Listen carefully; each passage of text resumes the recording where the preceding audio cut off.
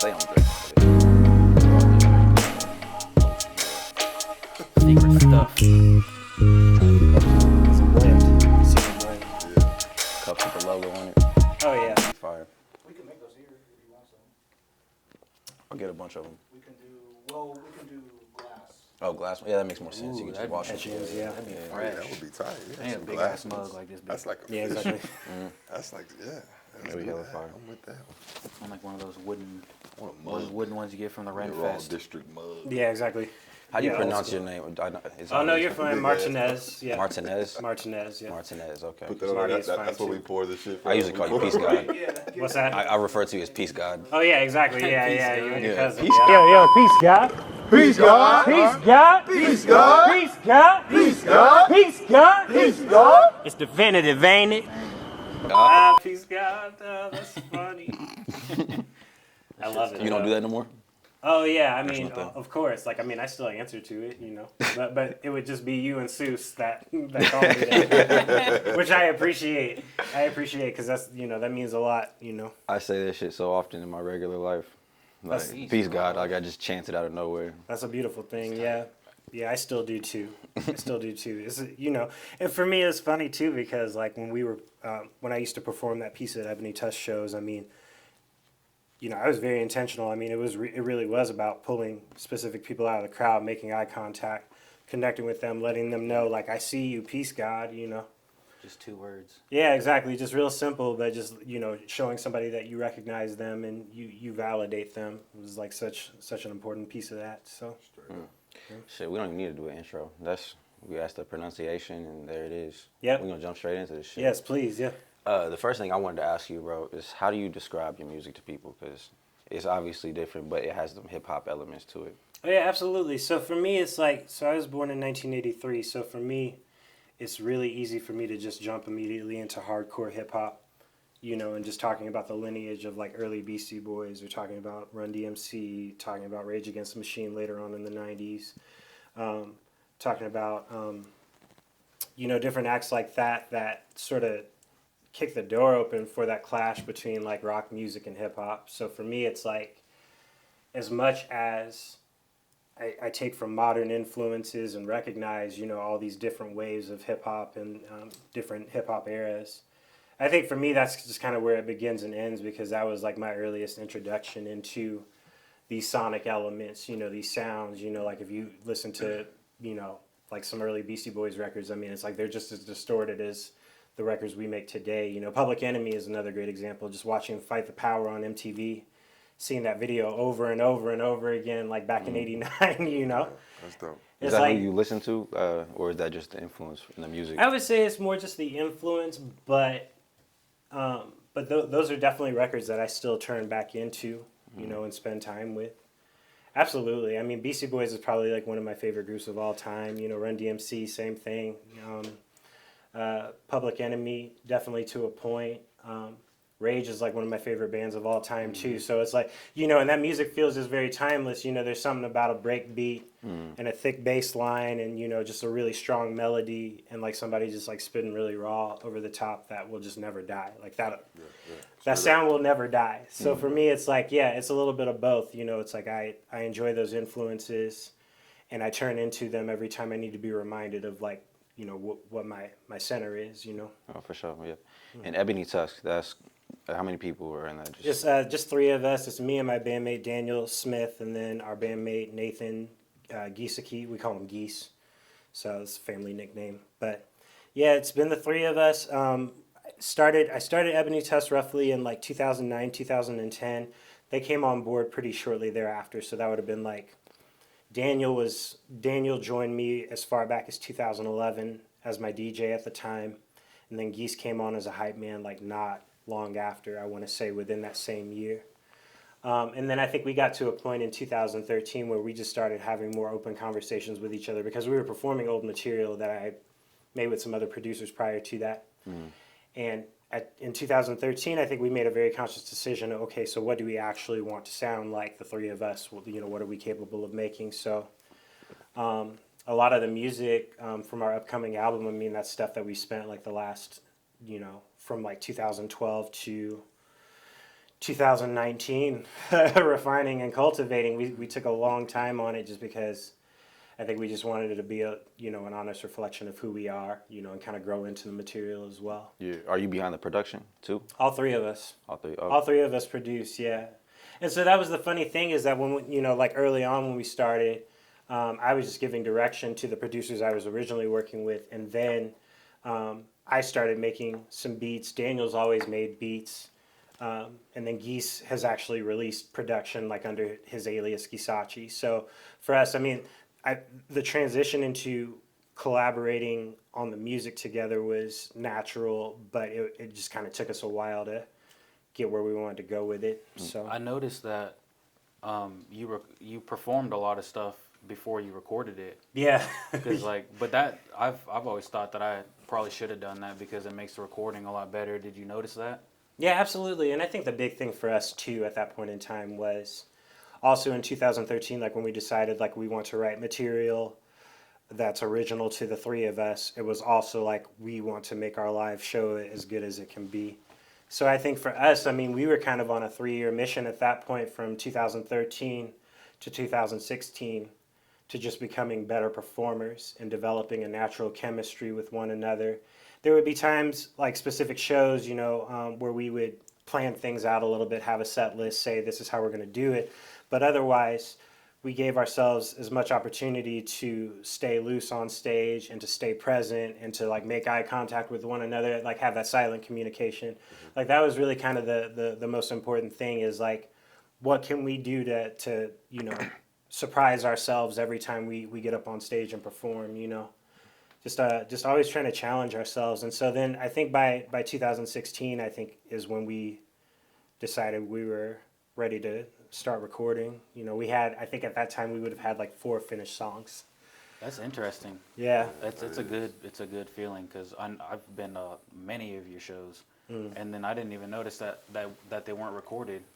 Yeah. I Yeah. was like, but that makes a lot of sense. Yeah, that's the funny part too. I think we also just we didn't want to be like bound and confined to the idea of like we have to have this record before we show it to A lot people. more freedom. Yeah, exactly. Like we were just doing everything that we could to give ourselves freedom. I mean, as you all know, it can be really confining to be a local artist or to be defined as a local artist. I think all of us are ambitious as creators, and as writers and as artists, but sometimes the trouble with everything that's in front of you, every platform or every template, or sometimes it just boxes you in, And so for us, I think it was just really important that people understood how good we could be live. Like I felt like, this is the one way that I know I can earn my keep if we just keep showing up and getting better and better live on stage. And for us, that was just another route, just taking a different route instead of, we got to spend the next 3 to 4 years recording before. Is that, not to cut you off, but that seems like a hip hop thing, and you've been in other bands too. Like you have some punk stuff and alternative stuff. Yeah, So that makes more sense coming from that side of it. absolutely, and that's a good way to put it. Because so often, or at least like the bands I was in, you might cut a little 4-track demo back in the late 90s or early 2000s, and it doesn't sound good, but it's good enough to get your foot in the door. And if you perform really well live, then you could ride out on that for a really long time, And so, yeah, no, that's a good point, and that's definitely where that thinking was coming from. Is just, we didn't want it to be completely polished. We didn't want it to be completely refined, but we wanted it to have merit on its own, Do you write the lyrics first, or do you? It depends, It depends. Some songs, I've written the lyrics first. Other ones, more often now, the music comes first, and then I'll write the lyrics. But I get, it's funny. For instance, like I have a whole song that I wrote back in October called 12 that. I have this idea of a beat in my head, and I wrote to that. Wrote the whole song to that, Know exactly how I want to deliver it, but now I have to make the beat around it, Yeah, know? right. So, You speak out on the culture a lot, and you stand up for the black culture. Do you find it challenging with the genre of music that you make to find a fan base, like in today's time? Oh, absolutely. That's a great question because, again, another part of the challenge of like not having recorded material released, especially like in the mid 2010s, was that, yeah, it really was hard to find a fan base, and especially what we do. I mean, it's pretty unique for this area. But I would say like the blessing of that too is that, it's not like for me like I just came into this music without like having any sort of precedent. Like my buddy Les is more. He was in a group with Conductor Williams called Heartfelt Anarchy. Doctor. Yeah, exactly. Shout out Conductor doing his Shout thing. But so I went to Texas. I went down to South by Southwest. I was playing in my old band Cowboy Indian Bear, and we were all playing the same showcase. They were playing early on, like they were playing early in the day, so it would have been like 11 or 12 in the afternoon. Beautiful day, right? But like it's funny because sometimes like I'll have ideas and I'll have projects in my head and think like, okay, this is what I want to do, this is how I want to do it, and then I see somebody do it, and then I'm like, like I had this all planned, like and so for me it was like it was a breath of fresh air, but it was also like equally frustrating because it's like that's exactly like that. I wanted to hit that hard. I want the lyrics to be that present. Like, I just want to evoke that similar feeling. So for me, like, honestly, prior to right before Ebony Tusks started performing out, Heartfelt Anarchy was easily like one of my biggest influences. And I mean, even to this day, like Les and D are incredible artists. So, but yeah, so for me, it was like, in a way, it was like, so that was like a peer that we could grow into. And then years later, we started to see our influence bear out on some other artists. I don't know if y'all heard Young Machetes yet, but Yep. yeah, so same kind of thing. Like I met Cody when he was at Washburn in one of his English classes, and I recited some poetry, and he thanked me, and then I saw, oh, you're wearing a 9 Inch Nails sweatshirt, and so we talked about that, and then like within a year, Young Machetes was here, and I was like, wow, and that's a good feeling. Sometimes like. So back to your original question. It's funny because like I think I started to shift my mindset about what a fan base could be, especially once we realized that the music that we write and what we write it for, there's a bigger purpose to it. So for me, it really started to become a community, and like everybody who takes the time to come out to our shows or purchase our merchandise or help donate to a cause, like this is just a part of our larger community. I mean, a lot of times a fan base is just your family and friends, right? So you may as well, so like if you're building a house, you may as well make your family and friends feel as welcome as you do, in your expression and your talent.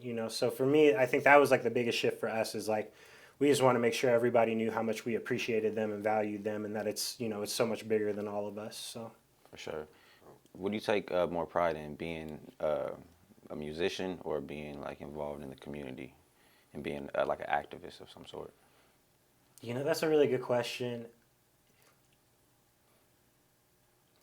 That's tough because I think there's Barbara Walters in this motherfucker. No, that's good. See, that's good. See, you're getting me to think. That's a blessing. I like being asked challenging questions. I feel like there's ebbs and flows to both, and I feel like there was definitely a point in time in music making where I realized that the way I'm going about this is like not nourishing, it's not enriching, like it's not really adding net value into my life, just because of the way I was living around it. It's like I spent, there was one year where I played like 100 dates on the road with my old band, and it was like, as exciting as that feels, it's also just like, I'm neglecting relationships. Like I'm missing my nephews and nieces' birthday parties. Like I'm not checking in with my brothers and sisters. Like I'm not really talking to my parents at that point, That balancing act is so tough. Yeah. That's the shit I challenge. Like, it's a challenge, bro. It really Like, is. It really is, And it's like, for me, it's like, my wife and I, we've been together 13 years, and there was definitely a point where it's just like, we would like to transition into what the rest of our life looks like, and you can't do that when you spend like half a year on the road, So, but what I will say though is that now now that I've gotten more involved in the community in ways that I feel like, bring me joy and bring me pride, I can take all of that back into the music and feel even better about the music that I'm making, Take pride in that as well. So I know you keep a message in a lot of things you do. Is there a message in Ebony Tusk? Like, what's that name mean? yeah, so it's interesting, I think it's just like a really simple flip on Ivory Tusks, The fact that like Ebony Tusks, like in the world as we know it, like they're man-made, like, they're synthetic.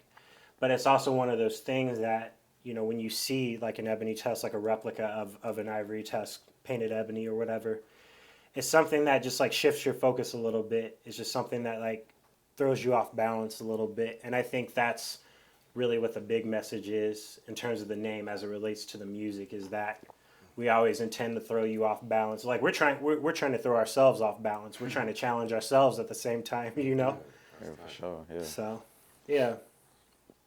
And you talk about just the struggles of like balancing out being an artist and everything, being in relationships and stuff like that. What do you do to really figure it out? Like, what have you turned to? Practice. Therapy. Honestly, yeah. I think it's tough because also a lot of why I started Ebony Tusks is because when I was growing up in the late 90s here in Central Topeka, I lost a lot of my friends prematurely, whether that's gun violence, police violence, suicide, freak accidents, you name it. I think I counted at least 11 funerals in my class alone, class of 2001, that we attended from when I started as a freshman to when I graduated. And that doesn't count the people I didn't go to school with, whose funerals I went to, Shortly after we graduated, we lost, a few more people. One of my best friends, Taiwan Wiley, him and his older brothers made music. And I mean, that was a big part of like Stick and I growing up, was spending time with the Wileys. And they had a little record label. I think it was called like Royalty Records. Is that who Holding Back Tears is about? From Stick? You know what? You might have to ask him. I'm pretty sure it is, because he's written a few songs about Taiwan. That song is great. Good Yeah, song. that's Good an video, amazing. too. That's an amazing. I think he song. name drops him in it. I think. I'm pretty sure. That's what made me ask that. I know there's some type of connection. But that song or another song, but Yeah, he's got a few.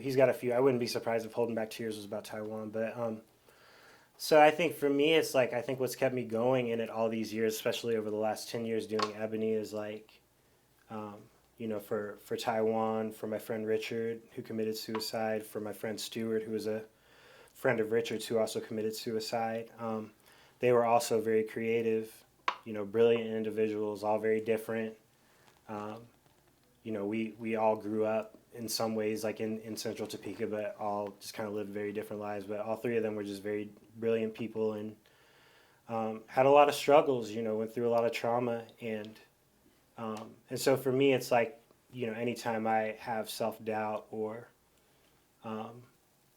experience traumas of my own, I just remember that, a big part of why I'm doing this is for them. And, for all the dreams that, I remember the last time I saw Richard actually was at a hip hop show at the Granada. I was there with like a bunch of my OGs, like, we were all just there hanging out, watching the show. And I remember Richard in particular, he was just really down. So I went to him and I said, hey, like, I would love to hang out with you soon. I'd love to get together. You seem kind of down. What's going on? And he didn't really say anything. That was a Wednesday. And then I got the call on Sunday. So then I tried to jump in my car. I had a 1983 Dodge Aries. I don't know if you're familiar with K cars, but they used to be popular in the 80s. They're just really trash cars. So, What are they?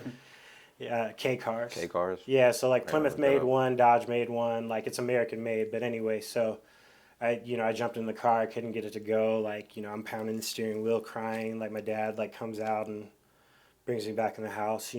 Like Richard was one of my best friends. At the time, and a person who also challenged me as well. That's what I would say about all three of them. What they had in common is that they always challenged like my beliefs, and they challenged the way I thought about the world and the way that I looked at the world. They forced me to look at it in a different way, and I really, I carry that with me, but I also miss that. Like I wish you know, I wish I could go back and get that 19 years back, Yeah. you know? That's a prime example of energy living forever. And I always talk about your energy and just the way you make people feel. Like it affects even long after your death. Like, you know, it's really important. Through other people too. Yeah. Because we're all together and it's all affecting it at one time. Absolutely. Absolutely. That's a great point. Yeah. And you said therapy. Do you really go to therapy, or is it? Yes, yeah. I have a wonderful therapist. Her name is Elisa Hilliard. We're not related. But Oh, for real? That's she's based in Lawrence, and I found her through the Stormont Vale system. Actually, I was diagnosed with diabetes type 2 like back in February of 2018. So I was already having like a lot of physical health issues at the time, but I was also living with some trauma that I hadn't adequately dealt with at that point in time. Back in 2009, when I was living in Lawrence, and this was another big reason why I started Ebony Tusks, is August of 2009. My former roommate, she had just moved out of the apartment that we were staying in, and so then it was like a Friday night. I took a nap, like, which I normally never do after work on a Friday, because like on a Friday you're gonna go out, you know. So but then I wake up at like 9:30, 9:45. Real quiet, you know, because people had just moved out, moved in, everybody's getting settled in, right? So my apartment door gets kicked in, I got a gun in my face, somebody's beating me up, you know, looking for drugs and money, and, you know, which unbeknownst to me, a third person who was living in our house who I didn't have any communication with was like dealing drugs out of our apartment, you know. And I didn't like him. I mean, like me and him, like we did not get along, you know. I didn't want him there. So anyway,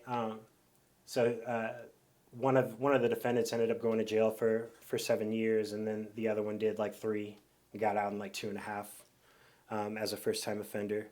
But that just really that shifted my perception about a lot of things. Unfortunately, you know, just developed a lot of paranoia, depression.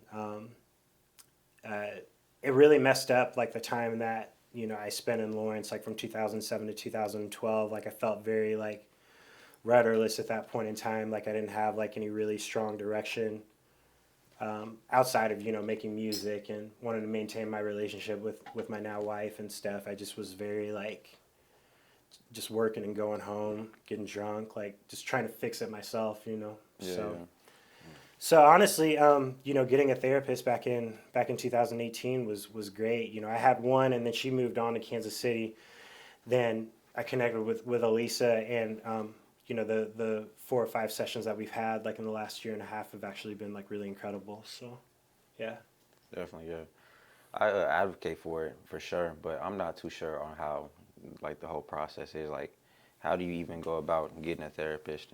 Like, Well, you know, I was really lucky because like when I was diagnosed with diabetes, my family doctor and my nurse practitioner, they both explained to me, you know, like do you feel like anxiety, depression, like any of these other symptoms? And I was like, yeah, you know, like I generally feel depressed and whatnot. So then I got a prescription for Prozac, which didn't agree with me, and a lot of people have trouble with. So I switched to Lexapro, and that's what I take now. But throughout that whole thing, you know, I was explaining to them like kind of what I was feeling, what was happening mentally and emotionally, and they said, well, you know, we do offer therapist services as well. So just really lucky. I just, you know, had good insurance and was able to go to my doctor and talk to them about it and find a path to therapy, you know, because otherwise it is kind of difficult. yeah, I dealt with my little stint. Like, of course, you always deal with depression on different types of levels and whatnot, but there was a good 2 years where I was just out of it, not making music, just drinking my life away. Right. And the one thing that pulled me out, because it was meditation and exercise, and that's what I advocate for so many people. Just first and foremost, try that, and then take the next steps if, you know. Absolutely. Because there's limitations. Like you said, you were diagnosed with diabetes, and that made me think to like, all right, I'm telling people just to exercise like it's easy for everybody. Right. And sure. it kind of made me like step back on my thinking about that a little bit. But no, that's fair though. I mean, and that's something that even my family doctor has explained to me. You know, and it's something that I've seen good results from too. Is like just drinking a ton of water, yeah, that's stretching. You know, exercising a little bit, you know, even if it's like 15 or 30 minutes a day. I mean, there is something to be said for how it lifts your spirits. So, Yoga and stuff. yeah, exactly. Water yeah. is key. During that little stint, I got kidney stones, and Oh, no. it was I got a kidney stone, and it was too fucking big to pass. Right, So I had to of have course. like the Cut your fucking wiener open. Yeah, exactly. No, it Start wouldn't even over. pass. Start it, again. it wouldn't even pass through my kidneys. So Oh, I had to get on shit. this. They put me to sleep, and they had to zap it Legit somehow. surgery. Yeah, zapped it, and then I still had to pass them like fucking. All those little bits and pieces. Yeah, hundreds of them, man. That shit was crazy. I drink a crazy amount of water now. You Like, I have stay- to. You have to. It's important, and it makes you think better too. Like honestly, like when I started drinking water, Hydrate or dihydrate. yeah, for real, it's crazy how important. It's like gas. It's fuel for humans. Like Absolutely. slept on. And you can feel it too. It's like when you drink a tall, what we're cold drinking glass of now. water. Yeah, exactly. Yeah, We're- drinking water. Everybody's Drinking drinking water water. right now. Yeah, for sure. But it's like you gotta can have- tell. you It's gotta like balance it though. your body just has such a positive reaction when you feed it with fuel that nourishes it. You know, so whether that's water. Even like a multivitamin.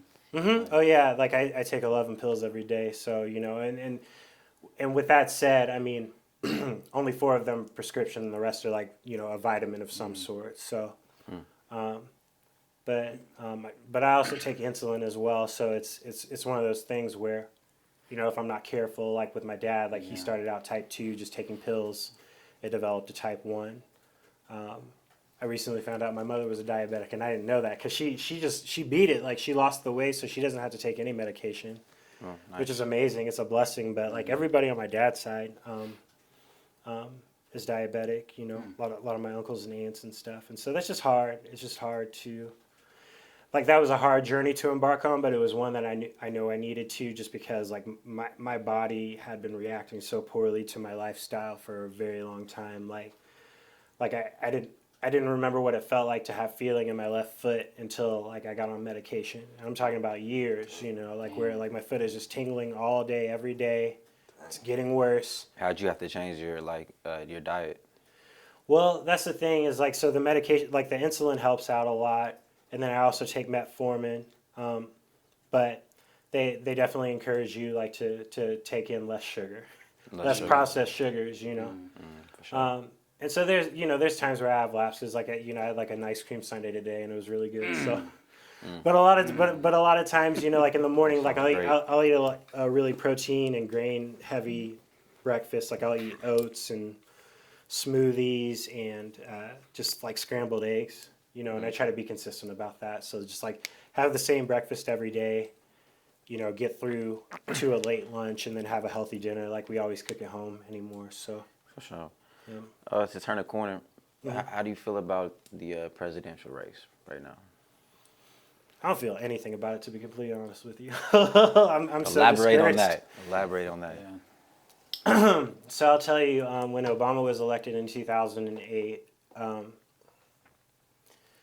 even then I was cautiously optimistic. Like I remember being in downtown Lawrence and like running back out west to Conroy's Pub and then going back downtown.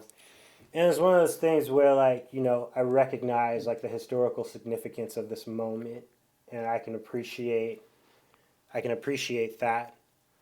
But a couple of people that I was following pretty closely at the time, not as much now, Dr. Cornel West and Tavis Smiley, were both doing some really important work regarding poverty in America. So they were doing what was called a poverty tour.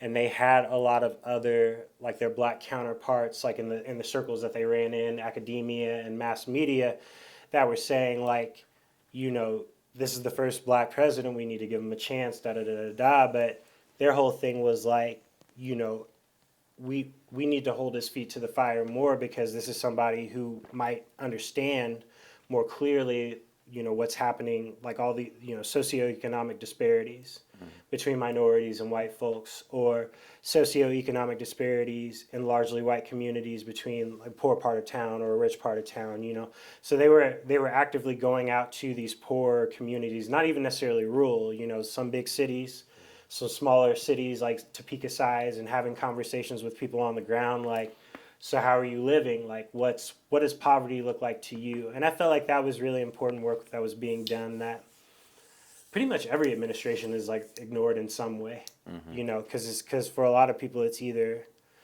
you know, it's either an idea of like, you know, everybody just wants welfare and they just want to take advantage of the system, or, you know, like they're middle class and they're gainfully employed and they're healthy, and it's like, you know, as long as nothing bad happens, like they can survive, you know, and I feel like that's just the general tone that you get from the top down, which is why a lot of Americans fail to reconcile themselves with somebody else's living conditions. You know, a lot of people don't even want to look at it, blame it on you, rather than looking at a system, or rather than looking at how the federal government or a state government or a local government bears influence on, you know, the conditions of how people live, you know? For sure, yeah.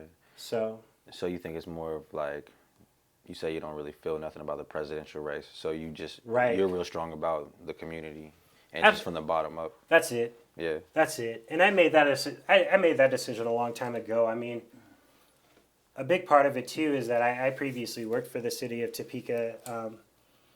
Right before I moved to Lawrence, in December of 2005 to August of 2007, I worked in the city attorney's office. It was at a time when we had just appointed our first city manager, Norton Bonaparte. So it was the first time we moved into that strong city manager, weak mayor model. And it was just an interesting time. I mean, for me, it's like working in the attorney's office meant I'm going to the Topeka Police Department every day. So I did that every day for 18 months, every work day, go to the police department. And not to say that I was privy to a lot of like specific information, but you can imagine the atmosphere. You know, I'm walking in looking like this right. back in 2006, you know? And you can imagine just some of the tone that people use with you, and just some of the interactions that you end up having. I was going to county every day too. I was going to the courthouse every day. So I think for me that just, you know, that starved any sort of like political ambition out of me really quickly. Like once I realized like there's a lot here that I'm seeing that I don't like. Right. One interesting coincidence is that after City Manager Bonaparte left the city of Topeka, he then went on to become city manager in Sanford, Florida. And that was where Trayvon Martin was killed.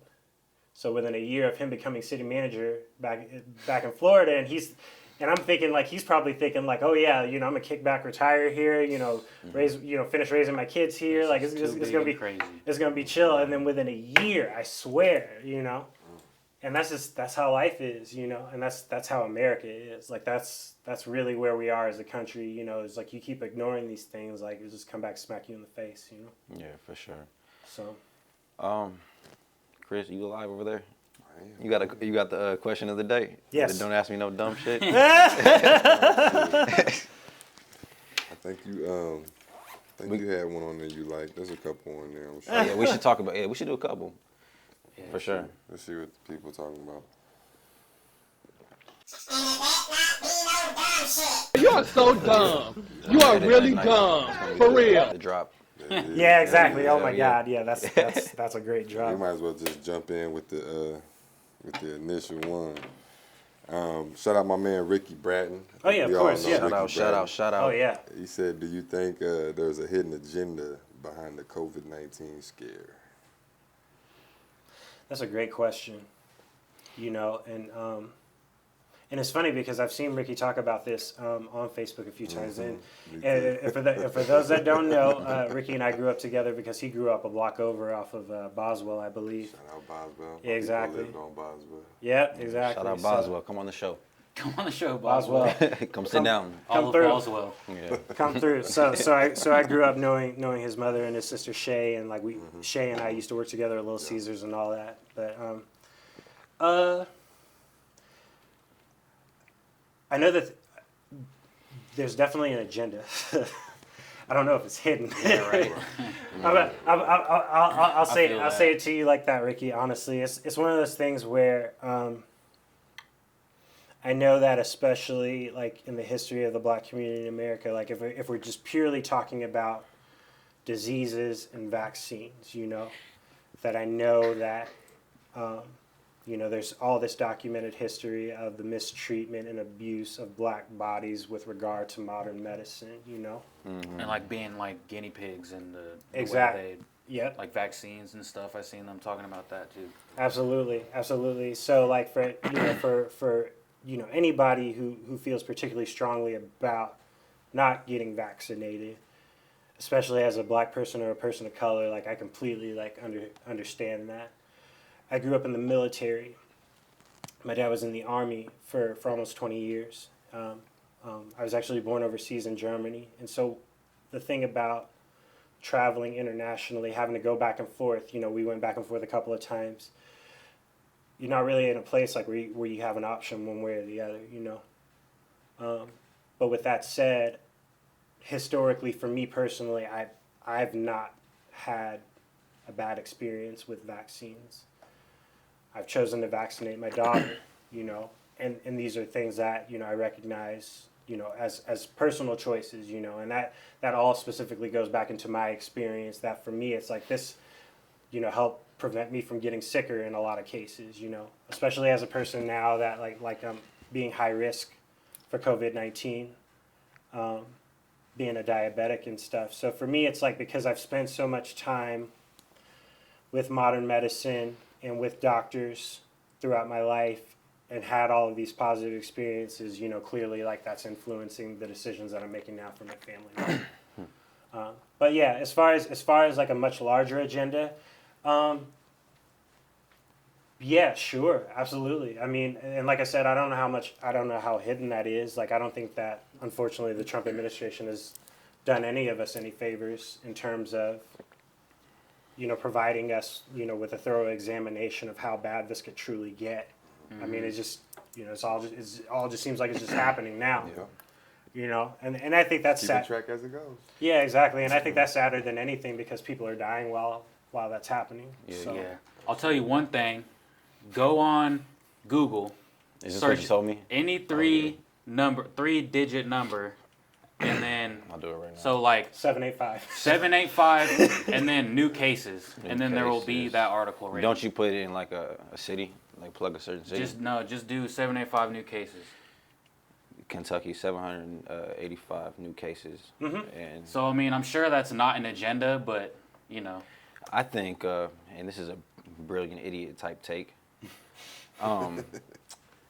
it's just something. The weird. way society is like the way we were headed. Think about virtual reality. You think about us all communicating through cell phones. You think about, remember like 10 years ago, you wish like, hey, I wish McDonald's would deliver. They do now. They do now. Yeah, you got robots. Four There's robot janitors at Walmart. I don't know if you've seen those. there are. Going down There the are. lane, down the aisle. There's- by Pull that- up on you with a broom. The corner Get out the store. way. My corner store guy's a Bitcoin machine. What? My thing is like, is it in America's best benefit and in the business world's best benefit for us to push towards this type of living?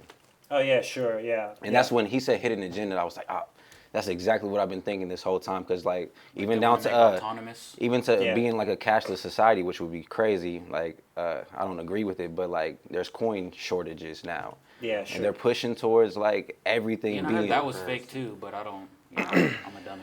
Well, see, and and I don't know much about money, but I will say that whenever the Federal Reserve needs to make more, we can make more. I mean, as evidenced by like You don't gotta tell COVID-19, it's like anybody. we just made like another $10 trillion. Like went $10 trillion further into debt as a nation.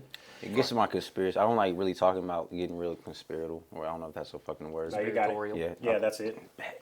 Um, See, we got a bunch of wordsmiths Yes, here. yes. But like Amazon, that's another one that creeps me out. Like Bezos, he's about to be fucking stupid fucking rich. Yeah. Like it starts to get you a little. It starts to get me like moving a little bit on And I the heard some conspiracy type conspiracy shit. shit about Bill Gates like being a part of the vaccine, and it's like a part of another agenda. Like Yeah, I heard that one I don't too, know. but it was just like that was kind of. Yeah, that was. I Yeah. think that's hurtful to Bill Gates, who dedicated his entire life and most of his fortune to. get on YouTube, bro. exactly. It's true. That's what I'm saying. Like I'm Bill. not super I'm woke, just kidding I around. don't use words like sheeple, but I think it's Bill and his wife, they put a lot of money into try to finding solutions. You know, I'm not caping for them right There now. are I'm some just real saying. You know. studies about kids in India who like were paralyzed because of some of the vaccination testing that went Absolutely. Wow. Damn. See, I'm and gonna that's the look into thing. that They shit. choose people. They choose people that they think aren't like worth the life to live or something. Right. Well, and what's tough is like the next step is that I guess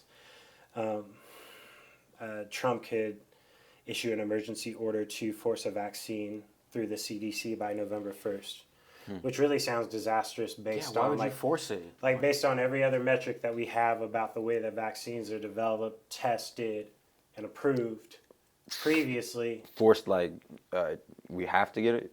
Or- Yeah, like a vaccine would have to be produced by like November 1st. Oh, okay. Even but if you it's still not 100%. but you still have right. the option to That's take it or stupid. not, or They haven't talked about Yeah. it that far. They just that I think that was the article that I read. I skimmed it. I skimmed the article. I'm sorry, but just that's an option on the table. Is that like a sitting president could write an emergency order and force one out there, which I mean that seems like a bad idea. It seems really bad. It's irresponsible. Yeah, it seems really. y'all get the flu irresponsible. shot. I know you said you ain't had no bad experience with vaccines. Yeah, but so I get a flu shot every get year. it? Yeah. Mhm. I've never Haven't gotten in it. a while since it was like mandatory as elementary. Even on the couch, you get the flu shot. I don't. You don't. That was that You ever got that kind of rolls into the next question. Somebody on there I've never did got. ask. I've never Oh, got the sure, flu yeah. either. Yeah. Somebody did ask, would y'all take the vaccine if there was one approved? If Trump does what y'all were just talking about, hell But to no. say no, yeah, I'm not Yeah, taking not that right one. away, Yeah. no. I'm not taking the Thanksgiving one. No. I'm gonna have to see. I'm gonna have Like, to see some luckily, people go I've through been it. privileged enough to be healthy enough to not worry about that. So Yeah. Sure. That was my answer. I was like, I'm young enough. I feel like I'm healthy enough that I wouldn't. I'm not at risk like that. But if circumstances were different, if I was at risk, if there was some Yeah. different underlying health, issues there, then obviously, yeah. But I wouldn't I'm listen trying to give Trump myself the about it, best like- chance. I would listen to But the yeah, doctors. obviously not under some circumstances of like the world's gonna be guinea pigs. Let's just force this out. Like if there. Dr. Fauci was like pulling up to Topeka and was like, "Hey, come get this vaccine." It's like, "Yeah, dog, yeah, Yeah, right, absolutely," yeah. Well, even he was getting some backlash from the White House. Absolutely, and that's what's tough is because Is that the agenda? well, that's what's tough is because he has a history of having led America through all these different infections crises, like through AIDS and through Ebola. Like he was always a part of all of those conversations and discussions. So it's just tough when somebody has that level of experience with other life-threatening diseases that they handcuff him before he can really as he's also giving out people like just everyday information, like forget the vaccine for a minute, like Yeah, you learn hey, every day. just the fact that we got to argue about wearing a mask or not when we see all these other countries all over the world who have a precedent, especially in Asian countries, Yeah. China, Japan, Korea, and all these major, like China has like 20 cities that are like 10 million people or more, right? Like Yeah. it's a I billion. just recently learned that. There's a was billion people, people yeah. in that country, in that one country. It's wild. Like Wild. India's got another billion, right? So if you're talking about like 2 billion people like throughout, North Asia, Eurasia, Southeast Asia, like all these people in millions of people spread out in all these cities, and you can keep all these people alive just by wearing a mask, Like I don't know the numbers in China. All I'm saying is like if it's something that works, then just let it work. Just Yeah. let it work. And are the numbers in China like? What's the deal with that? What do y'all think? Because I be looking at this. They weren't producing them or something. Oh, that they Is were. at one point there is that zero? How it's like like today it was 11 cases. But China's set up to handle pandemics. Right. But to be real It though, started there first, so they might be on the. Well, yeah, it's on. the way I this see what you're asking. yeah, but though. the way this like disease works or whatnot, they clocked out at like 80 something thousand cases. Yeah. They live on top of each other. Like, Right. how in the fuck if it spreads this fast and then it comes to America and we are spread out some, there's Kansas numbers are going crazy and we don't even fucking see people sometimes. Yeah, You can go a day absolutely. without Right. seeing somebody, and it just creeps me out doesn't that make no it sense. just stopped that. Like, it stopped there. No, that's really interesting. Yeah, and without getting too much into like global politics, I mean, it's like I'm certainly not qualified enough to know exactly how More than us. So, I mean, like I just read what I read back in January and February. You know, I just remember having a bad cold in February and thinking like, oh my God, this is the worst cold I've ever had. You know, so like when people were talking about that, you know, that was something that resonated with me because I remember from mid-February to early March, like having bad coughing fits and trouble breathing. Could have had you it, know, man. so it's. Yeah, it's like you never know, you know, because I went to the doctor on the back end, you know, so by the time my symptoms had all dampened down, and, you know, they gave me prescriptions for something else, you know. But Yeah. I'm no expert or anything, but when I look at the numbers and how fast this shit spreads, I know what you're saying. I go on the limb to say like everybody's probably got it, or most people have got it, it passed through them in some way, shape, or form. It just it moves so quick. It's crazy. Everybody's immune system's a little different, reacts to it a little Yeah, different. it's gonna be interesting to see the long term effects of what because you may get over the cold, you may get over the I can smell again, blah blah blah, but next year There was long term. Yeah, next year your chest starts tightening up, Years or down the road, there's gonna be them commercials late night. or if it's a reoccurring, Affected by COVID-19. or if it's a seasonal thing. Say it's a Pill that will kill you. Say it's a seasonal thing, and you get it in 2020, and then it weakens your immune system, and it comes back 2021. Now it's not just a loss of sense or smell or whatever. Now you got and then it just keeps going, and like if that happens, it can lower our lifespan. You better get that vaccine when it comes out. Yeah, exactly. Like I'm gonna need to watch some people get it. I need to watch. Watch a couple Let's people get it roll off. This is the last question. This is kind of off topic, just to kind of. Yeah, no, thank y'all for the questions. Appreciate that. For Yeah, sure. no doubt. This is shout out to my dude. Actually, the last one was from my boy Jeff. Shout out Jeff. Jeff. Shout out Jeff. Didn't want to forget that. This one's from Dylan Revel. I don't know if I'm saying D-Revel. Yeah, D-Revel. D-Revel. Would you rather be the richest man in the world or the smartest man in the world? Neither one. Neither one. Neither one. That's an interesting answer. Cause Elaborate on that a little bit. yeah, I don't know. It's a lot of pressure to be either one. It's a lot of pressure to be. Pressure from Hell whom, though? yeah, especially if you're smart, then you're just depressed the whole time. Yeah. I think they should Like, you know what I'm saying? If you're the smartest person, they're like looking at you to cure shit. Do something. Like, Do damn, I just something. want to fucking watch Figure Netflix, this bro. out. It is. I feel Yeah, you. it is a lot of trying to do this responsibility. bullshit. I think the biggest thing too, though, is that for me is like one thing I realized a long time ago that one of the smartest people that I know is my father, right? And in a big part, of why I attribute that to him is because anytime I wanted to know something or I needed to learn something, he would say, go pick up a book. And so when I was in high school, I was a library proctor for a semester at Topeka High, like back in. Yeah, exactly. Back in Hoy, Mighty Troy. Exactly. I would have been a junior, and so I got to spend a semester in the library, and I was really active in taking as many African American leaning courses, so African American studies, African American history.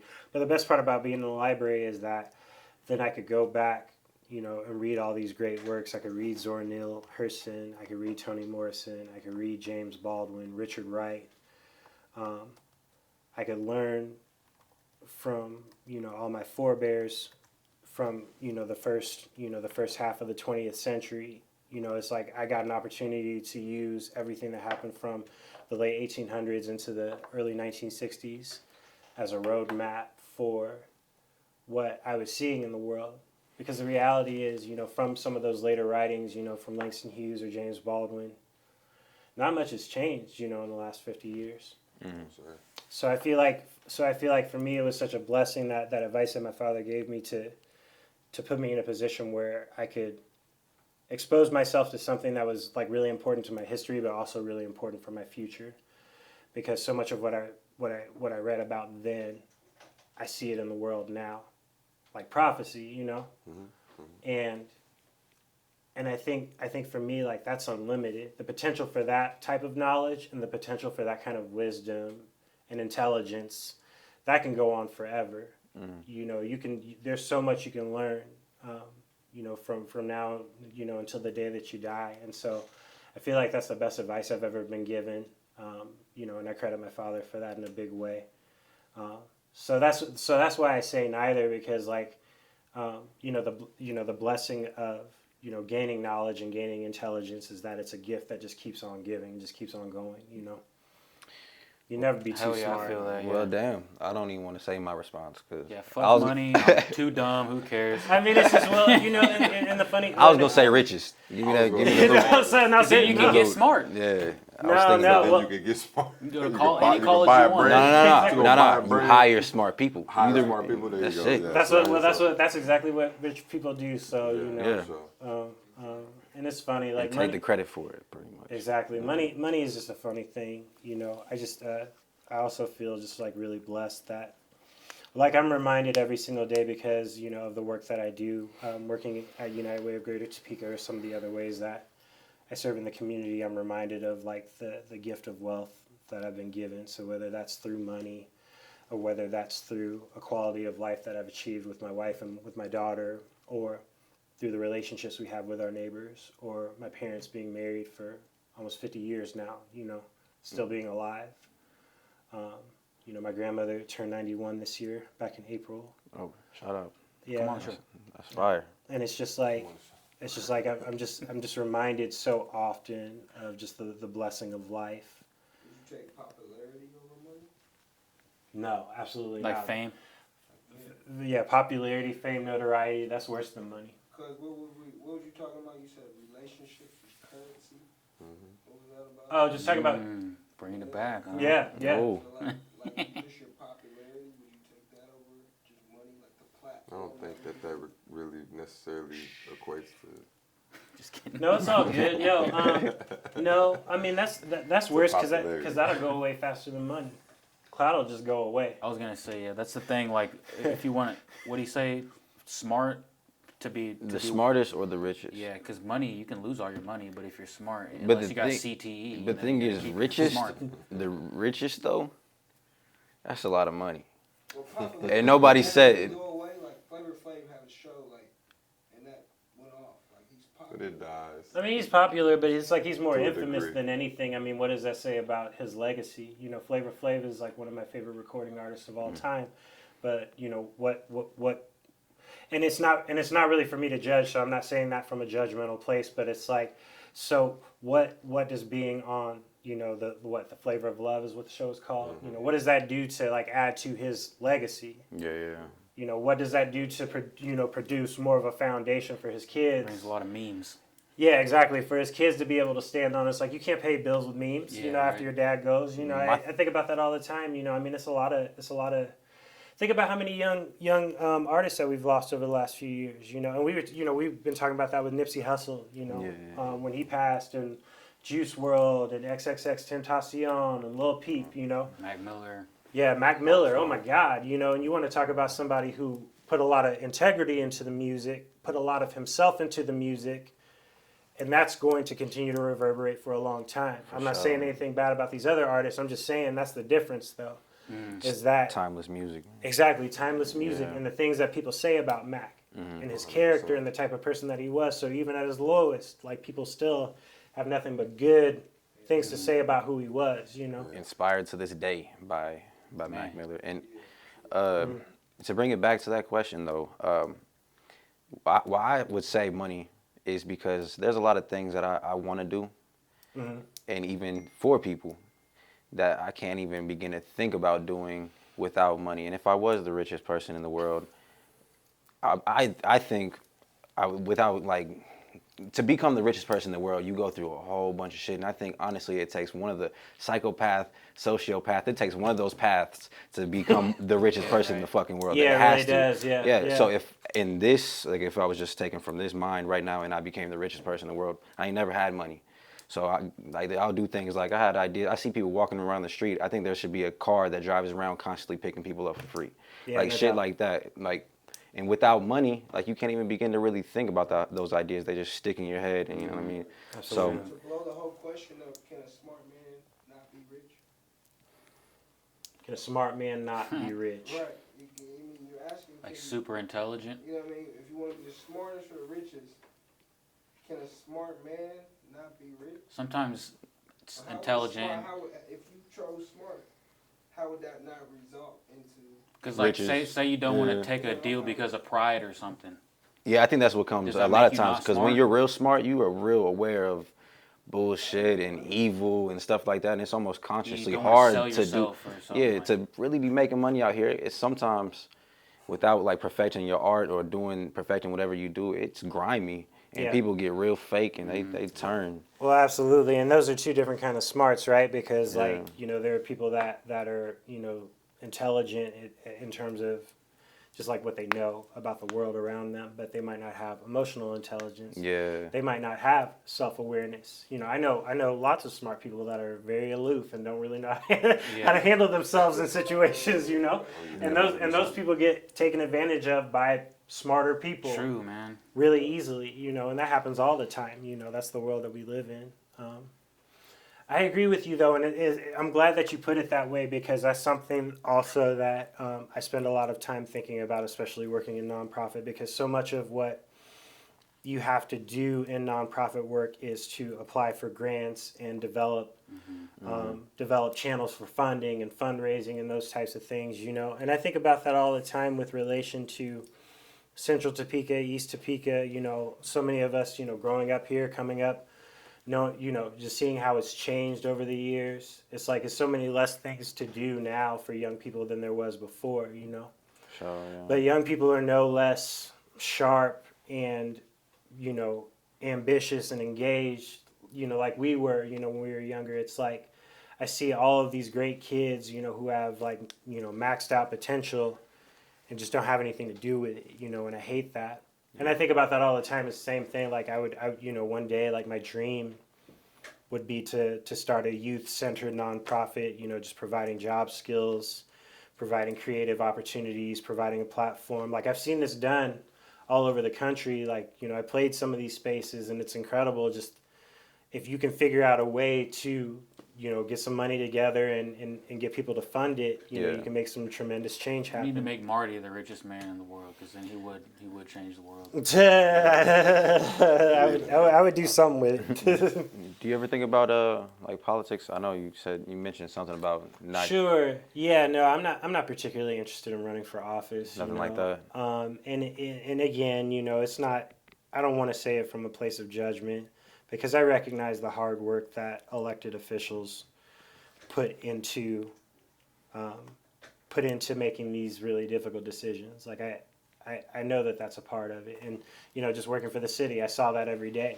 It's not easy to make tough decisions that affect thousands of people's lives.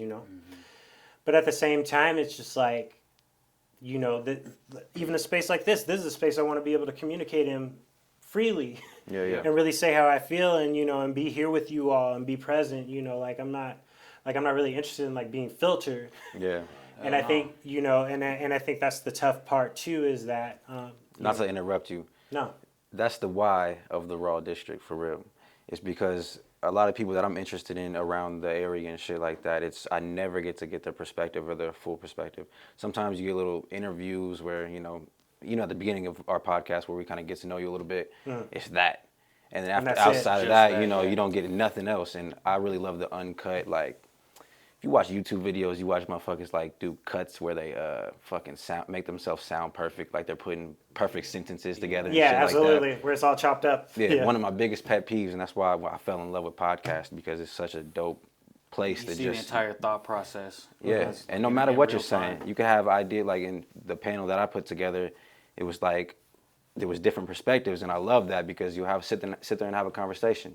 Like we ruffled some feathers with the gay cartoon conversation. Oh, yeah, yep. We did, and but Yep. it was good because we had different perspectives, and I had a trans actually that's friends with my girlfriend. I think Shout out Tony. Yeah. He hit me up and he felt real passionate about it. She hit me up and it felt real passionate about it. And that shit is super important, because no matter how you feel, like there was different perspectives. And we just had a conversation. And some people can bring up points like Jacob had his point. And then outside of that, you don't get to hear him elaborate on it, and you don't get to hear him talk to somebody with a different perspective. Absolutely. And opening that up for any topic is what I like. I don't give a fuck about ads. I don't really give a fuck too much about that shit. Like at the core is just speaking your fucking mind, because it's too much fucking non-truth floating around this motherfucker. And we spend all spend a lot of time in our heads as creatives anyway. It's like you spend a lot of time in your own head, and not always feeling like you can articulate that to to just anybody, you know. And so it's always good to just be able to create space for people to express themselves, for sure. I agree. It's like Kanye West. A lot of the I know a lot of people like Kanye West who can't articulate their points perfectly in the moment how they want to do it and whatnot. Absolutely. And they get little clips of. What you about to say about Kanye? Say it.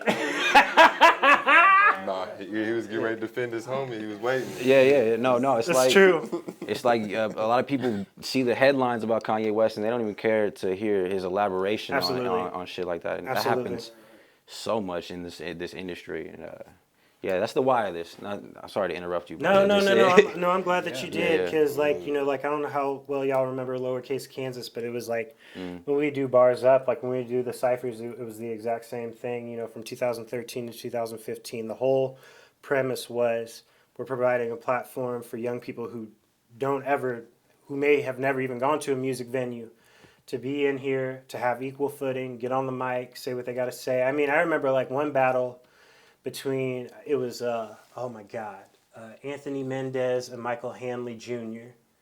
Hopefully they'll watch this. But yeah, tune in. Yeah. I'll tag them in it just so I can tell the story. But I remember at one point they were battling, just in the middle of a cipher at one night, and Anthony used some words that he shouldn't have used, and everybody agreed on that. But people got hype, and then Micah stood his ground. He stood up and said, no, like, you're not going to say that to me. You can't say words like that to me. But they just did it in a rap. Like, they just rapped that exchange back and forth. Yeah. Mm-hmm. Like, Anthony apologized to him in a rap. Oh, like it was crazy. Oh, that's dope. Like at first Micah was ready to box, but then like he just stepped back and let him finish his rap. Then he came back with another verse, and the thing was, of course that's messy. Of course that's imperfect. Yeah. But it's very much hip hop, and it just we're all imperfect. And it creates opportunities for people to actually see, like, this is who I really am. This is who I really am. Well, let's figure this out. You know. You can learn in five minutes like that. It's like, oh shit, like, especially when you're in the moment, you feel it. It's like, oh, fuck. Like, that's exactly it. It's like you're more present. Like they were immediately more present just because of how heightened the tension got in that moment, like real fast. That's the realest shit can get. Exactly. And just the fact that we were able to provide that space and do it in a somewhat safe manner too was really powerful. I'm not saying that that's always the best way to do things, but it certainly was good at that point in time. So. Yeah, for sure. That's just crazy, man. Yeah, it's wild. Yeah, in conversation, man, I've mentioned this before. Just a lot gets lost on the internet.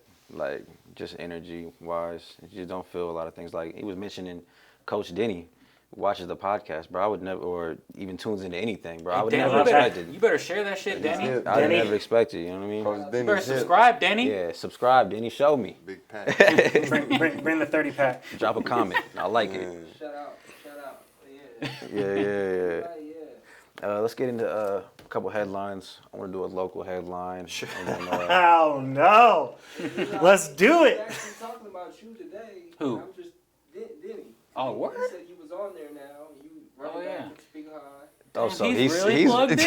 I love you, Danny. I was talking about the controversy, the gay the fighters. So I was like, oh yeah, he's a fighter now. I even told him he was a fighter. He was like, really? He's a fighter? Oh, you talking about Jacob? He thought you were Jacob. Yeah, I thought when he said, because Tony Montana is the last time I seen him. Yeah. So shout out Tony, man. He said, shit, yeah. Oh yeah, shout out Tony, man. We gotta call him for some really good relationship advice. I asked him if he has signal, and he's not responding. He responded. So he must not have signal right now. When I said I was here, he was like, all right, I'll be right there. I was like, you silly, man. That's too funny. I was gonna call him asking for relationship advice, but fuck it. Here we go. Headlines. We'll start off with the local one first. Okay. And I'm bad with names, remember that. But Tamiko Mitchell. Yes. Yeah, Miss Mitchell. Mm-hmm. Let's talk about it. You want to explain it? You have it. Yeah. So just for the audience, just what I understand to be true is that this was an incident that had occurred between Miss Mitchell and a sergeant with the local police department 2 days before the special meeting on police reform happened on August 25th. So presumably this would have happened Sunday, August 23rd. And she alleges that that after she was pulled over, stopped and attempted to cooperate with the officer in question, that he had pulled her out of the vehicle and thrown her face first into the grass, resulting in like injuries like all on her face and stuff. And so for for anybody who doesn't know, like the article is out there, photographs of her injuries are out there as well. She also did an interview with the news last night. Oh, did she really? Yeah, I didn't see that. She had to sit down, and you can see the damage on her eye, and you can tell she's busted eye socket. And you can tell, you can see the trauma in her face from the shit, man. It's right. Yeah. Absolutely. And so for me, specifically as it relates to police reform, I find it I wouldn't even say coincidental, just tragic that here's a moment where there's the city of Topeka on the whole, not just city government, but on the whole, a lot of us have been pushing for accountability and transparency within our police department for a very long time, especially in the wake of Dominique's passing back in 2017. And so for me, to have that special meeting happen and to have so many, Back the Blue supporters show up in protest, of that special meeting, for one, that tells us a lot about where we are as a community on this conversation. Number two, what happened to Miss Mitchell also tells us a lot about where we're at as a community on this conversation. Especially as a police officer, that you're probably gonna have the meeting about the police reform 2 days after that, right? Right. Like you should be tapped in as a cop to know what your whole squad's doing. You should be. Yeah, you should be. Yeah. and that's really what the problem is that I've spent a lot of time in this work, and Chris knows that, alongside his family and with some other people that I've organized with in the past, and the last thing I want to do is disrupt, any of the positive work that's happened in the last 3 years since Dominique passed. But I've never been one to shy away, whether it's with Chief Cochran or Captain Cross or Lieutenant Roth or any of their community policing counterparts. Like, I've never been one to shy away from telling the truth. If I'm showing up, the only capacity that I'm showing up in this space is if we can have an honest conversation. Right. That's the only reason why I'm here, because I'm talking about 20 years, from when Ashley Page was murdered by a cop, 2001, all the way to when Dominique passed away. I'm talking about years. I'm talking about the Lamas brothers in 2006 when they got shot by off-duty police officers. I'm talking about, and I don't care that the camera's on, but I'm talking about when Cruz got a manslaughter charge for killing somebody with his vehicle and got his job back. This is what we're talking about. We're not making this up. People are living this. People are living through this. And if we can't have an honest conversation about that, then what are we doing? And for me, it's like both of those things are symbolic of the fact that we might not be having as honest a conversation as people want to make it seem like we are. If that could happen to Miss Mitchell 2 days before, and then all these people show up talking about if the cops go away, what's going to happen to our city? I'm afraid. I'm afraid of the possibilities. And it's like, think about how we feel. Think about how Miss Mitchell feels 2 days before, right? Yeah. And the thing, it's not gonna make a national. It's not gonna be a national news story because it's just police brutality and nobody's getting killed, nobody's getting shot. There's no video attached to it, and it's so it's an eye opener. It should be an eye opener to people that this stuff happens all the time behind the scenes, and that is sure, people every once in a while there's somebody killed by the police, but this other stuff, I was pulled over just 2 days ago, followed by a cop, I'm talking intersection right here, the cop's right here, I drive past, he just follows me, and then pulls me over. I pull into the parking lot, and he walks up to the car, and he's like, "Oh, my bad, the tags when I first ran them," and remember he fucking added there was no, he didn't run the tags. He when would have first had no decided time before he pulled you over to run the tags. Yeah, he was like, the tags came up as a stolen vehicle as he was walking to my car. Yeah, and because I had the ID. I put the ID out the car, hands, and I feel like he just realized that he wasn't gonna get nothing out of me. There was nothing there. He was like, oh yeah, like shit like that happens all the time. Bro. Absolutely, Like, absolutely. I can't tell you how many times I got pulled over between Shawnee and Douglas County when I was y'all's age. Honestly, like, I remember driving from 21st and Gage, proceeding north on Gage. I walked outside of a house party off of like 21st and Mission because there's like 2 fourplexes like on that street, and so my buddy stayed in one. I had walked out of his apartment. Cops on the ground everywhere, right? Got a helicopter in the sky. Cops on the ground are clearly looking for somebody very specific.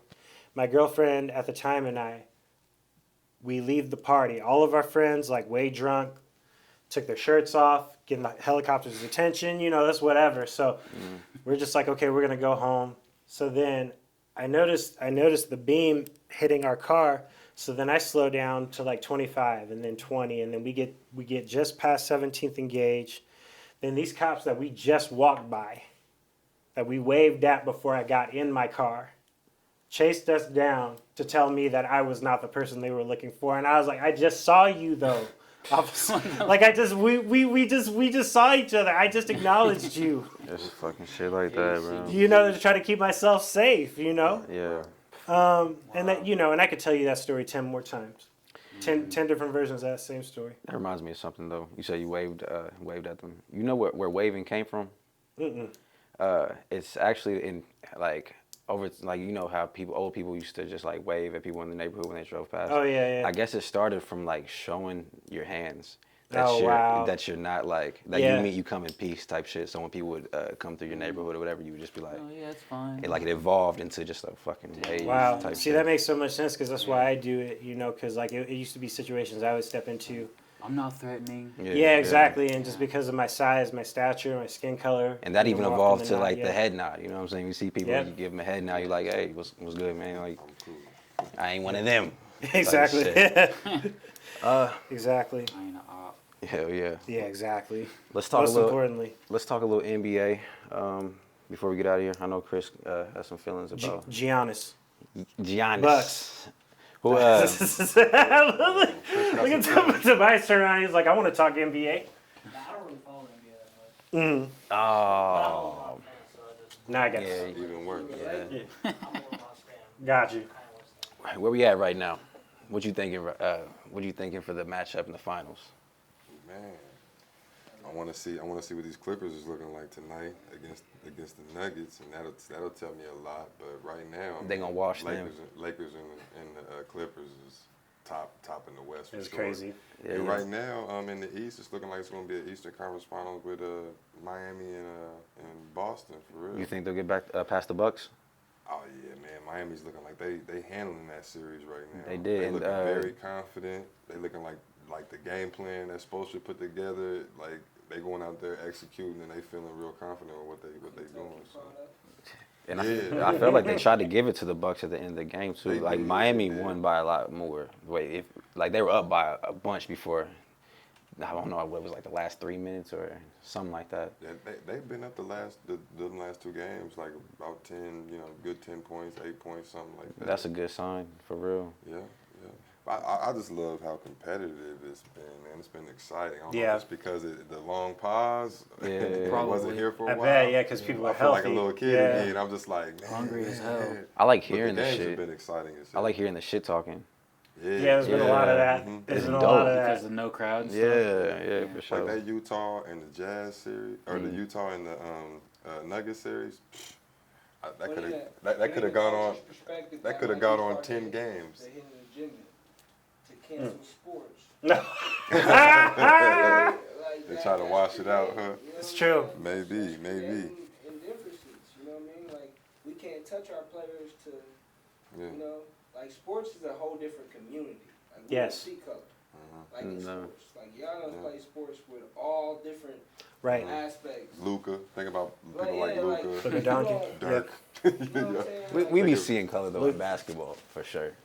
you I mean, white You boy. see it, like, just had that. when you Somebody picking up the got in trouble teams. for I that. saw that. That was funny too. I'm sorry. Hey, Yeah, Luke was like, I don't give a fuck. Like, that doesn't bother me. It's like I am white. Like, He's like In the heat of the a, moment, in the heat of the moment, yeah, we see. You see the color, bro. he's like I've heard that before. What you think about Richard Jefferson calling Giannis a Pippin? He said He called him that. You didn't see that? Yeah, he tweeted today. He Why said, would he do that? He said Giannis might be a Pippin. There, I said it. To who? He said, but listen, he said he may need a Jordan. He's may saying need a where he's Jordan. at in his career, and how he elaborated on that was he was saying like he was just using the Pippen term as like a as a term, not saying that like Pippen wasn't great or Giannis ain't great. He's saying in But the he's just position saying like that right team. now, Yeah. he's not able to take over games like a Kobe, like a Jordan. Interesting. Like How old a, is Giannis? How old is he? He's Yeah. still young, and he Yeah. and he did I give him wanna credit see. on that. He was like he's young and he can still develop that. But I think right now he needs somebody else that can go late game and get a bucket. And he also threw your boy the Cavs team in there. He was like Kyrie did for LeBron. So he kind of threw LeBron in there, and then LeBron shot back at him. Who would that be though? He's only 25. Damn. I don't know. Yeah. That's a good question. That's what I'm saying. How can you say that about the MVP? Yeah, I was gonna say, didn't he win an MVP? Yeah. That's what Pippen said. Back to back. There ain't no better player right now. Pippen said, And he's I different- and wasn't he's- a back-to-back MVP. Yeah. So he needs a So, clutch. Yeah, who were you as? So like I said, this is what Richard Jefferson was saying. He was like, he can still be the Jordan on the team, the best player, the MVP of the team. He's like, absolutely. but he needs that go-getter. And like I said, he used the example of Kyrie, how Kyrie hit the big shot. Yeah. LeBron was the big stat, got him there, did all that. But when it came down to closing the game, Right. yeah, I Ray mean, Allen most had people big do. shots. Well, I feel like that's So, but listen to yeah, this, that don't though. make Listen to sense this. though. Then Listen to this. So Jay Will jumps in on Twitter and he you make sense, and then elaborates more on how with the example with LeBron. Yeah. LeBron said, I don't know how I'm even a part of this. I'm minding my business. This and that. I'm getting ready for Houston. He was like, I've only been one person, and that's me. King shit. Exactly. Good for him. he needs a Ray Allen or a good point guard. Just somebody out and there. that's kind of what the other analysts were saying. Like, Yeah, I so don't think calling that he him necessarily Pippen is like- needs a greater player. Yeah. But they were saying like he needs somebody who can maybe just make it easier for him. 'Cause the in options those are systems, slim, man. which I agree with. I mean, Yeah. he's a freak. He's a different type of player, but You can't do he's everything. not a one-on-one. What about He's his not brother? a one-on-one offense. I forgot his older brother plays for the Bucks too. What about him? I think they have a couple of them in Yeah, the they NBA. got two. He's got two. One for the Lakers and one for the. yeah. But they don't seem like they're as hungry for the. Sure. They didn't get the gene. The one that's on the Bucks, like I mean, he seems like he's perfectly content over there cheering for little bro. No disrespect to him at all, but Probably makes he's good the art. he's the biggest. Yeah, he's the one over there He probably Yeah. can sing or doing the something. most, which I love to see that. You know what I mean? Yeah. That's cool to see, and I'm pretty sure that's his older brother. I'm pretty sure. Yeah, that is his older brother. Yeah. So that's really cool to see that. Big was- bro showing all that love. What was the last trio of brothers that got in the league like a few years ago? And They're still in there now. The Holidays, Drew Holiday, I'm not- Aaron Holiday. See, I'm not thinking about the Holidays. I'm thinking about because their dad developed that apparel brand for them, Big Oh. Baller. Oh, yeah. yeah. They didn't all Balls. make it. they got one. Yeah. And they're gonna have two. So they're gonna have But two. the middle one faded out. The middle one out He here. stole some product from UCLA. No, he Yeah. stole from China. Oh, I thought Yeah, it was because UCLA. because he almost got locked up. Yeah. He was They- going to UCLA and They try to went- lock his ass up. Right, Yes. right. What a Imagine. dummy. Yeah, no, that's so stupid. God. That's just immaturity, though. See, I hope he's matured since then. Everybody progresses. Everybody Yeah. grows. Absolutely. Hey, yeah, no disrespect to you, young man. Whose Everybody grows. name I can't remember. Your brother is better than you at basketball. I don't know. We got Lonzo LaMelo and Lonzo LaMelo. Thank you. The balls. Hey, Yeah. you see What was the other one one's rookie of name? the year though today, right? What? You didn't see that? Jello and You see- LaJello? Yeah, that's the middle one. Lil Jello. That's the middle one. Leangelo? But Oh, your yeah, that's boy, right. Yes. your boy Yeah. won it, man. John Moran. Oh, yeah. I knew that was coming. But yeah, I remember that. Damn, they don't look. That's disrespectful. Their dad bro. was talking big shit. The brothers. They only listen Yeah, to that's- us. He still is with the little. Oh with the no, younger there one. he is. Really Leangelo. Never developing mind. him for. Oh, yeah. But where's the other one? Yeah, there's no He's still on LaMelo. his little. Oh, LaMelo somewhat Ball of brothers a got him right. soapbox. You gotta be though. See, and the thing is like it's the same. It's the same thing that people say about Kanye. So it's just like like he might not have enough finesse or articulation to get his point across every single time he opens his mouth, right? But I think about if if I had 3 talented sons, and my nephew actually, like, he plays ball in like Central Illinois, and he's only 16 and he's looking at all these schools like getting full ride scholarships, so like I understand it's like if you have somebody with that level of talent, in your life that you can nurture and grow and help facilitate them becoming a better player and being like the best player they can be, competing at that level. Maybe I would just be exactly like their dad too. Just like all on the cameras, Right. like no press. Like you want to talk to my kids, you got to talk to me. Straight to me. Yeah. And that is kind of how it was played out. You Yeah. heard way more from him than Like any of the kids. Yeah, and it's Yeah, like, yeah. and if it's me, then like that. Maybe I would do that. Maybe that would be Right. me. You never know. He When got you break them it down popular like as that, hell, he may though. be a Yeah. genius. Right? Yeah. Yeah, he was Maybe marketing the shit out of that. Oh, Yeah, he did, but that brand was horrible. Yeah, it was. Yeah, it was terrible. Bigger, Oh. baller brand. Like we got used to Should have got some good designers, man. that, And and a like different name. we got used to the name, but that shit was corny as hell, bro. That's all it takes. different Big baller brand. big ball. Big baller brand. That's what happens when the Triple client B. makes the decisions. Right. Yeah, right. exactly. The designer doesn't tell them this is stupid. Right, Yeah, right, exactly. right. It's like He just gets paid and does his work. It's like a tattoo. Yeah. BBB. Oh, shit. The baby. That's God, that was horrible. Also, the other headline: Chadwick Boseman passed away. Rest in peace. Yeah, that shit was heavy, man, and out of nowhere. But it brings a good conversation up to the table about how he kept his personal life out of the spotlight, and it was real respectable. And I don't know, it's been like on my mind since it's happened, man. Absolutely. And I don't Strong even know person. If he like kept. I don't even know because he filmed the Avengers in Stage 3, and I don't even know if he told any of his That's what's crazy. Yeah. other people and shit. Right.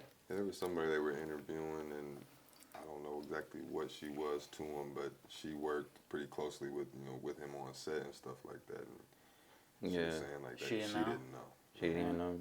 He sent a 26, like a long page email to his family about like health and shit like that, and like offered to like pay for it. Yeah, I saw Wow. that. What was that? Wow. On?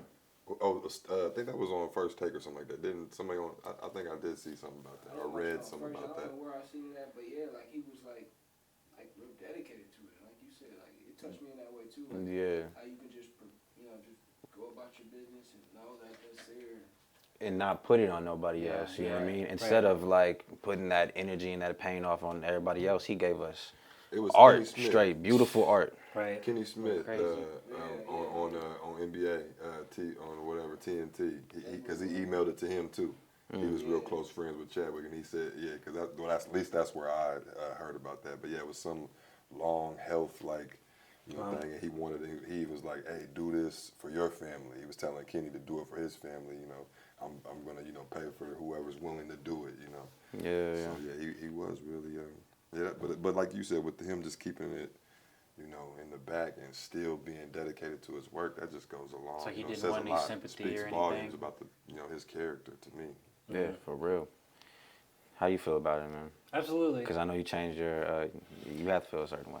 Yeah, and a lot of times, I, do that out of, just to honor people that, who affect a lot of people's lives, And it's funny because, like, I used to be really big into movies. Like, I used to be, like, a crazy movie buff, and especially, like, superhero movies. But, like, I had sat my wife down to watch, like, X-Men, like when they have, like, 2 or 3 movies out back to back, and, like, Lord of the Rings, and she's like, don't ever do that again. That was, like, 2007. Like, I'm just like, no, this will be a great night, 9 hours of, like, Lord of the Rings. Oh, you know? yeah. But she wasn't feeling it, but I think...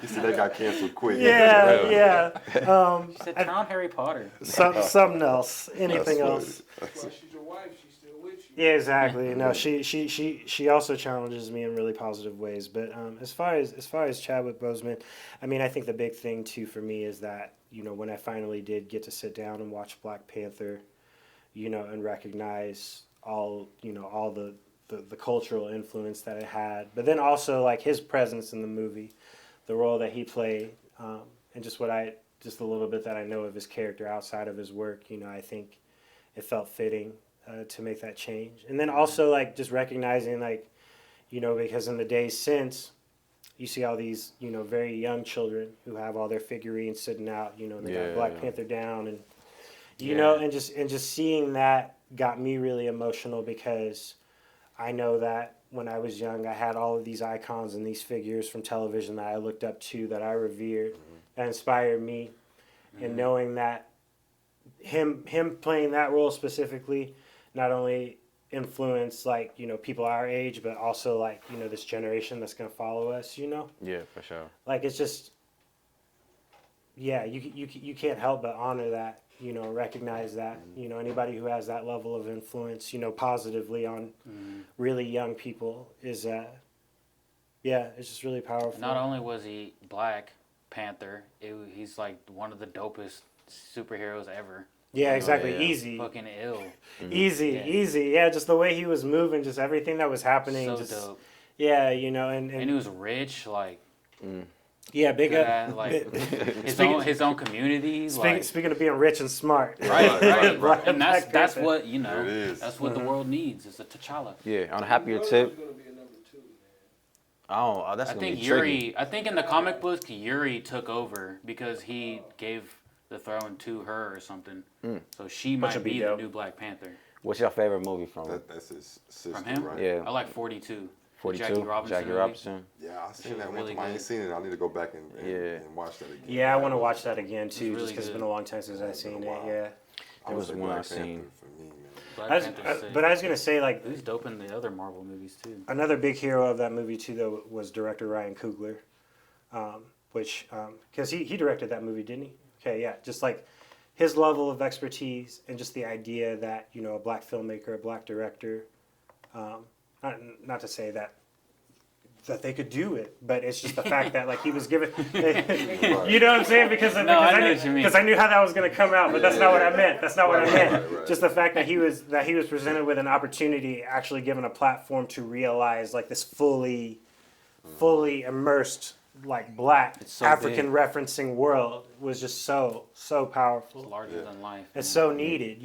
People need to know because that's really how Africa is though, and more. And that's something that especially here in the West or this part of the Western world that we don't get enough education on is just the width and breadth of the African experience. It's true, man. All their natural resources and shit, all the other stuff that nobody else had, and exactly. in their dome and stuff. It's nobody can get in here.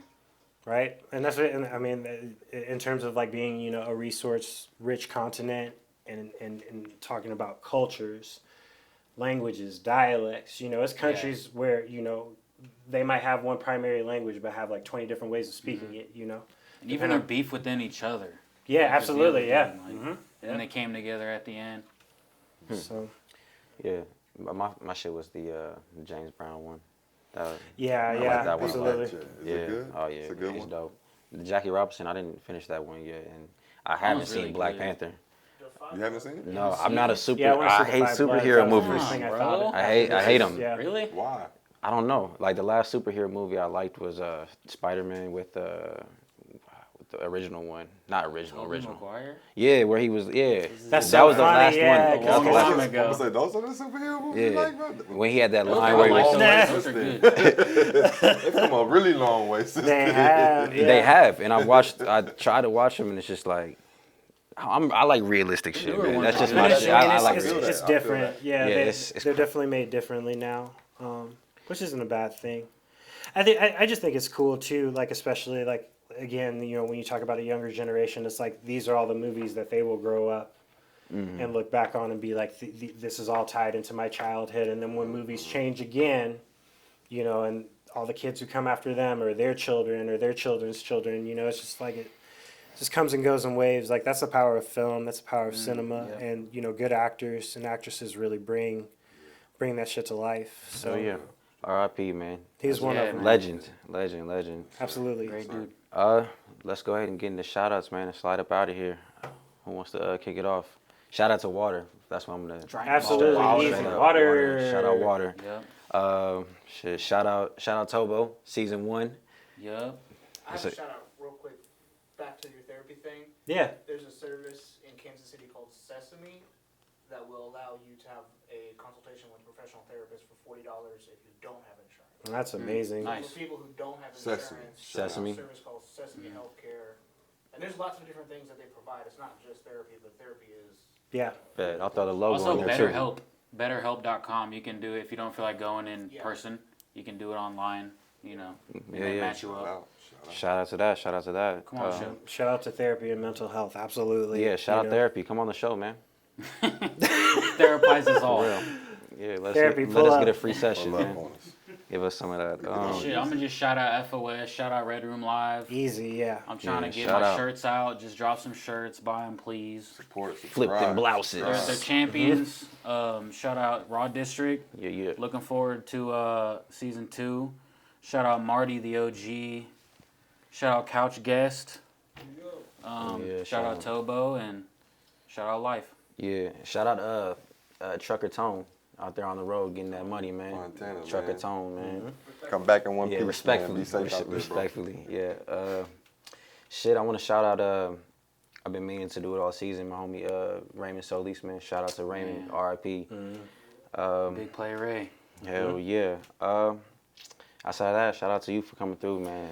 Shout out to Super Raw appreciate it. District, you know, for always putting the culture first, you know, even before the podcast. I mean, that's something that we have to recognize, right? We have to champion that. You know, it's a lot of us out here that, you know, care about one another, care about this as a community, care about this culture, and it shows in the music that we create and the art that we express, you know, and I'm so grateful to you know, at the age of 37 to still be a part of it in some small way, you know. Yeah. That really means a Big lot to way. me. Shout out to the culture, man. Absolutely. Shout out to 785, man. All Shout the out, creators. shout out my daughter Eloise. Shout out. Yeah. You got some? You know, yeah, shout out to Raw District Podcast.